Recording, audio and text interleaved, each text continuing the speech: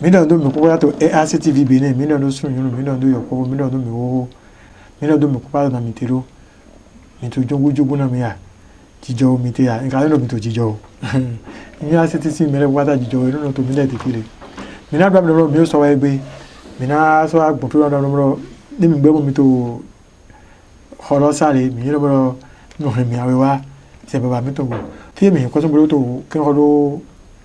aloka mi to me ro pon mi apolo e ma je fokun gbe lawon asun pele akososo we mbi ona mi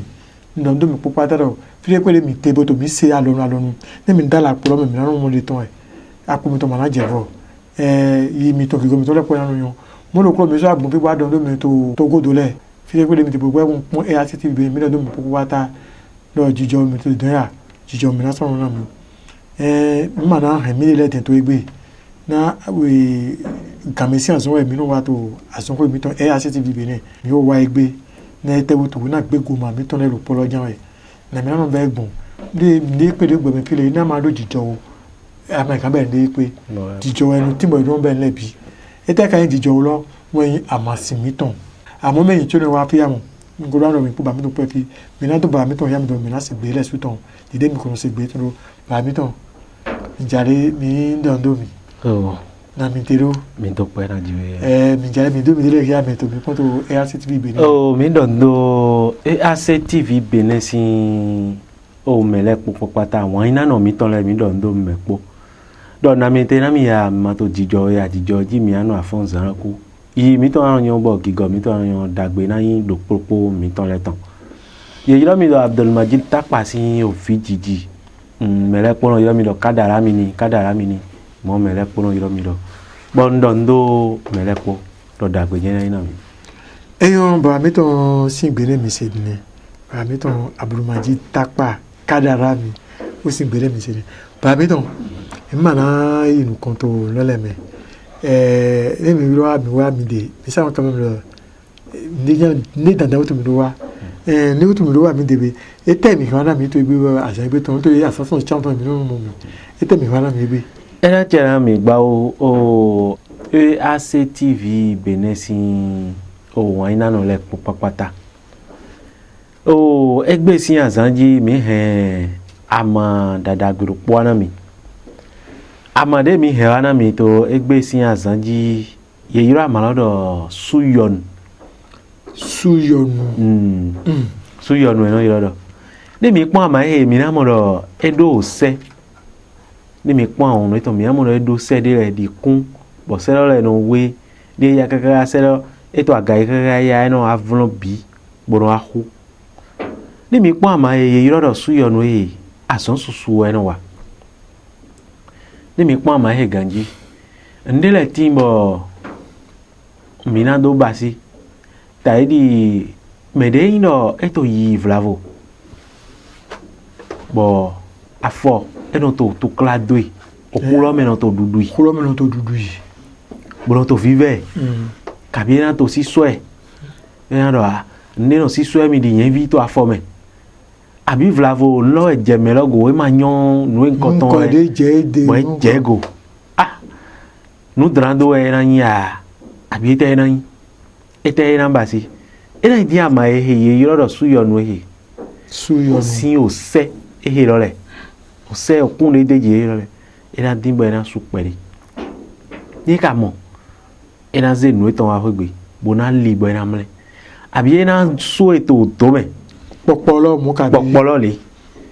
bo ena mle ganji bo ena yi nu mo nkoton bodo nyadi abi ena yi bodo nya limu mi ton ni do nya diu enaza ni so do nya lemu enaza za ni do nya lemu ena no sado afomo nkoton de to vive afo vive so fide vive so lo ena no sado flen ni egbe si sado flen filo ena mo jijo wa fo de no to vive lo ena di file gbogbo na titane ni mi so pon okun lo do pro ye so no yi mo bono sui bueno mle bueno idono nyadi bueno to home ame bueno to lile na wende no le adi isono le adi ete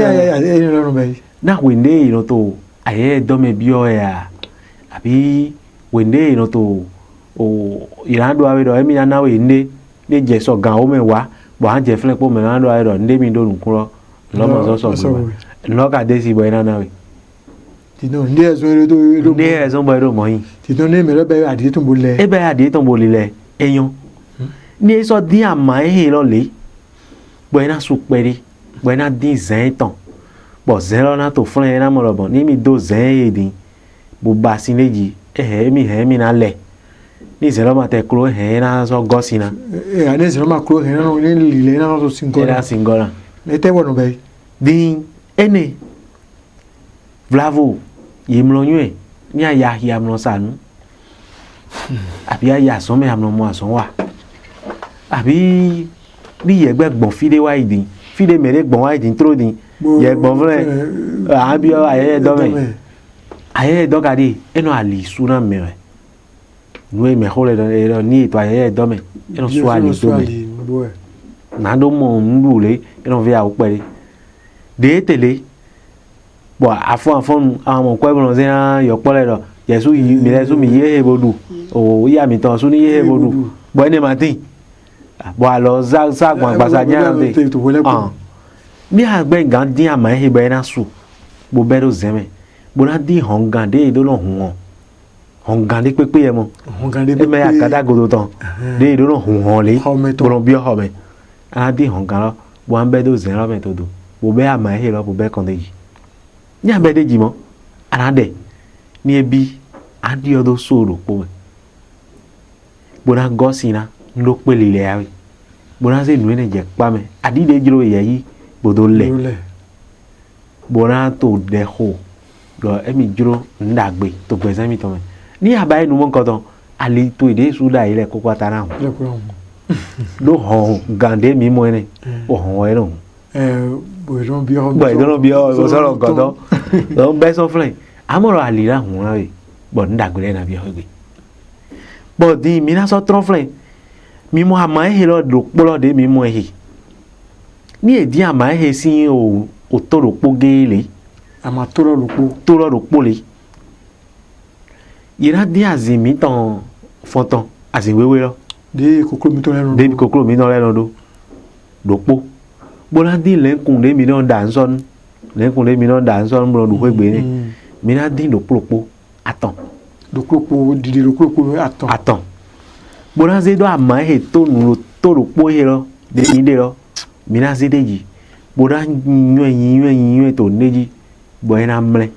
bodo lenkun lo bola gbazin de mi mo ene do po ne lo mi na gbazin lo kan deji bola ho ido pon dide no ijuran swazin oni e no gba no swazin ni e ba di si lo mo ira ba mi ve do adoji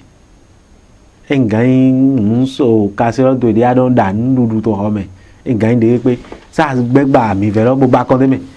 boju edo na ni ami ve lo ni gba bo hun mi o ganji bo anze azin de a ho ni lo bo di o kon de me ni adi o kon de me mo ara so e ni aso e godo azuro so adoji si so adoji de azuro so adoji azero tavoji abi azero neji be na to flan ni amoro e fa ara ma din okwe engan ponko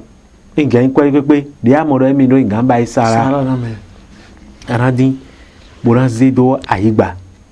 boraze nu e aso ene lo anze po zero ko zero kwe loji ni azedeji abi ohun do to ile po ni ajuro na ba ile bi de bi po pata an bi o ali to ni hun e a ni pepe de anyun do e na indagbe ne mi ye bi o lo le po pata deji pe kuro du asin lo bo wa be asin ne bo che duduji asin lo kle nde ma so gangora ni adu asin ne po aranze zen lo se bo na se kwe ne lo bo na ton bo na di me ro bi o le abi me de agana me almagi ka me de agana na mere kwe ne po ni agbe gana mere kwe ne bo le ko ahwe te gbe ayon ne lo ni eta iri ni ze agbado je greme bo do jinukun de mi to gbado gbe na ji susu ni mi na ji susu lo mo e na bai ni ndo agbe gan do jinukun ne lo le amoro nu susu na wa do po de ade to ne amoro ndagbe re e na din do ara bo yeso ara foto gbe sa to ma inu kon gba o game si azon wa o mite eyo mi don do mi baba mi to takpa Abdulmajid Kadara mi don do mi mo ne je o se ni asene ro ya iro ama mi ton pe go ma mi ton le ama jo amo mi ton ton le o si nu re do ami ni amo je mi de to ACTV Benin was mi no mi no abonation lo ne mi no abone mi na no mo nu me o ta me ndele mo ne pe go ma ama na mi ra mi ro de suyonu une ama suyonu une dokia mi pon ason le no wa e ka abi ason le kere no wa ason le no wa le supo ason le wa le supo po je de ku pon mi to ACTV Benin baba tile iya tile novi tile malaho tile tan tile tave tile mi se ni suyonu amale ro suyonu ni ro be ni ro mi ton su dike minizan gbego ma mi ton le po yizan na yizan amonde deme mado manazan pharmacie samazi gbego ma mi ton no je o su dara yo ro me po mi no san mi dike mi no san ma o de no basina mi na basina mi pa mi ton tapa mi yan mo lo le mi ton de pe be mi na sa to fi de mi te ya kabi me mele po je na so do mi na se ACTV mi amara lu pro e clair no be ni etele mi so do bo si kan ba bo mi na to ya mi no so tin bo mi na do ya mi to ACTV sin amona mi na bon parce que me danda jan yin ro mi na sa do fi de bu na ro ganji o gbeto mi tin ba mi lo do hwe to agaza gbon do hwe o fi de mi na mo mi to hogbonu sin o kan lo me vlavo e mo yun ni do mere do juro ne pepe tan hudo ni pepe tan nu ete wiwawe do nu ezesero ye mo mo ai harane nu eto wiwawe ba magando po mere po yo Abdulmajid takpa sin o fijiji Kadara mi ni bodo ne do emi do hudo nle tan na emi sin gamba edo mina season le tan po ye po ete ji akana yiro mite a yiro mite o me yiro kan mi tan ji to 96 72 91 37 aweto mina somos 69 26 67 25 ni mi yiro mi to gande koko me na nde koko mina si omi bo mina somos blondona nuesi o nue misewa na mi mina somos une jemeto mi se ACTV alo kan ton alo ko amado si ton si me ore ni nde pe wa ye ya pe ponte ado ya awotu te ado ya rabi atante gbogbo ya era ni ton se pe mi bo alo kan le alo kan amado si le iro ye na ton se pe mi amon ludeji to eton ena so imo na be me pe amon ludeji to ACTV Benin e ba mi ton ma he lo de pe ma ndo le te o na dagre na me o ACTV si o waina no le dagbe na yin do propo mi ton le ton yi mi ton na yon bo gigo mi ton na yon fi emi no he kweson bolon to ACTV pon to we poponu apolo ma jefo dagbe ena no tin mi mo to fi de pe de mi te me to godo me to fi de pe nu emi na du emi di so mo ma pe nu na du mi le pe mi na yi bona so he dagbe go bona ha mo mi o le lo su to jijo me dagbe na yin do propo mi ton le ton ni mi fon tegbe mi le sa no yi ACTV Benin si okanloji bononzi bonon pono etewe to jijo flen mi na mo do dagbe na yin na do propo mi ton le mi ba gba o mi na ndo mi na ba de mi yiro mi bo mi so si o mi je we na si o mi le so je we bo na si o mi amalo mana bleta lo mi ton i mi to go mi ton ena no yon to lo mana ho gamo amo mi na free mi je me de do nu wa ya ado ya onu bo na be ya kabi ado ma ya bo na be ya kabi ateni be to ko to gbe ya kabi eho ma emeteni adetidi na autant ko to te gbe to ya kabi de ko na be to se po ACTV Benin ato se po mi ena si o mi alors quand mettons le 97 71 35 40 aboto be 98 88 80 80 ne mi to se po mi ne ko de mi dro bo na be to mina se po mi mina so bere mi bo ena ja cho ena je hungbe bo na je kan gbe egbe ton ma hen hugamo ho ni asire to ba mi ton tapa si mi di ke mi ni san gbe guma mi ton le mi di ke mi ni san gbe guma so bo gba mi di ke mi san gbe guma mi ton le se ìgbẹ̀rún na no po mi po pata to